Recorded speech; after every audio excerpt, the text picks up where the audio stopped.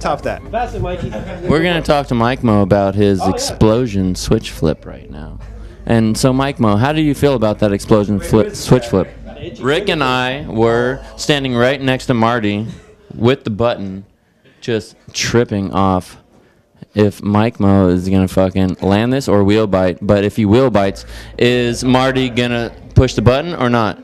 Don't push the button if he wheel bites. So, how were you feeling? So Mike Mo did a couple switch flips, and it was seriously one of the scariest things I have ever experienced. Mike Mo, talk about it. I don't know what to say about it. Hey, but Mike Mo. That was the scariest thing in my life. Why? Why? Where you going, man? Because it's the hottest thing I've ever felt, the loudest thing I ever heard, and probably I just wasn't expecting that. When they told me how big it was going to be, I wasn't expecting that. And then, I don't know. I remember Eric gave me a hug right after, and I was pretty stoked. But that's about it. The behind-the-scenes footage of everyone freaking out is so insane because we seriously freaked out because right when he did it, it was seriously no homo.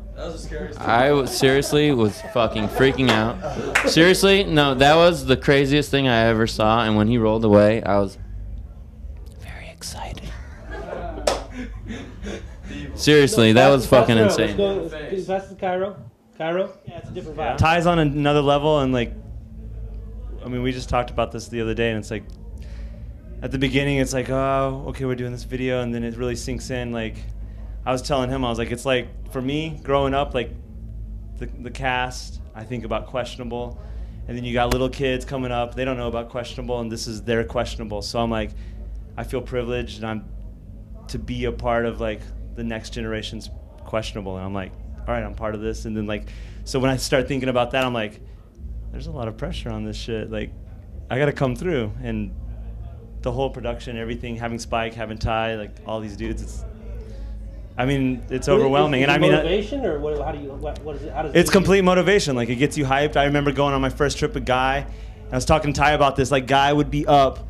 Ty would have us on, like, wake up hella early, skate all the way to 3 a.m. This dude right there, up, skating the entire day, smile, and fucking be done at 3 a.m. still smiling. I don't know how he does it. Drugs.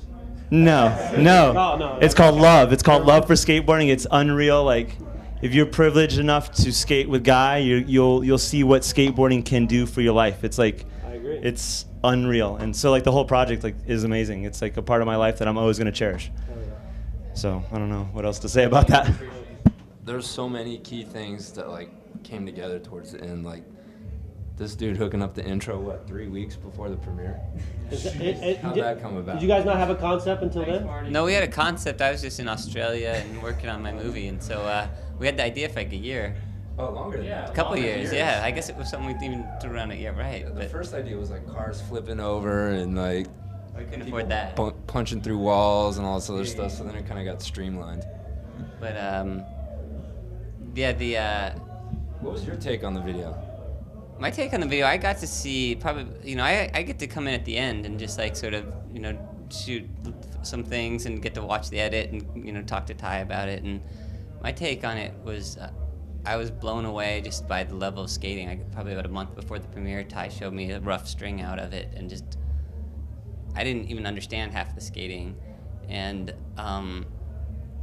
also, just blown away by the technical level of skating, but also just blown away by how much they gave up. I saw Mark, and it's too bad Mark's not here because he's a big part of the video. And I saw him the night of the premiere, and before the screening, I just told him the first time I'd seen him since I'd seen all his footage, and I hugged him and told him how amazing his part was, and he started crying, and he just he said like I gave everything I had, and he was just a shell at that point, like the stress and I feel like everybody just gave everything they had, right?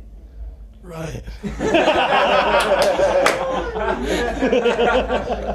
No. Basically, like the whole video, man, it's just kind of been crazy. Like, you know, I just reflect all the time, and like I grew up watching these dudes I'm sitting on the couch with, like when I was super young, like just idolizing these dudes, and I don't even know how it happened, but for some reason, like I got on Girl in Lakai, and it's just amazing to be a part of that video, you know, with like my favorite dudes ever.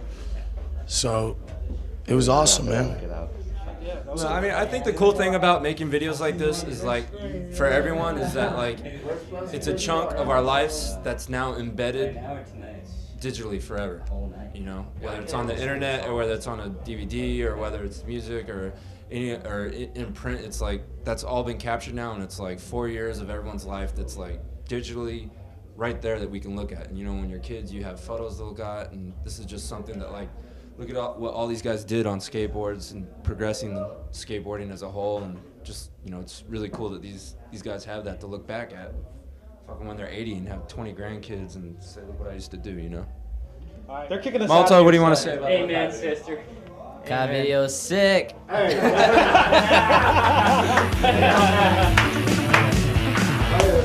Thanks, dudes.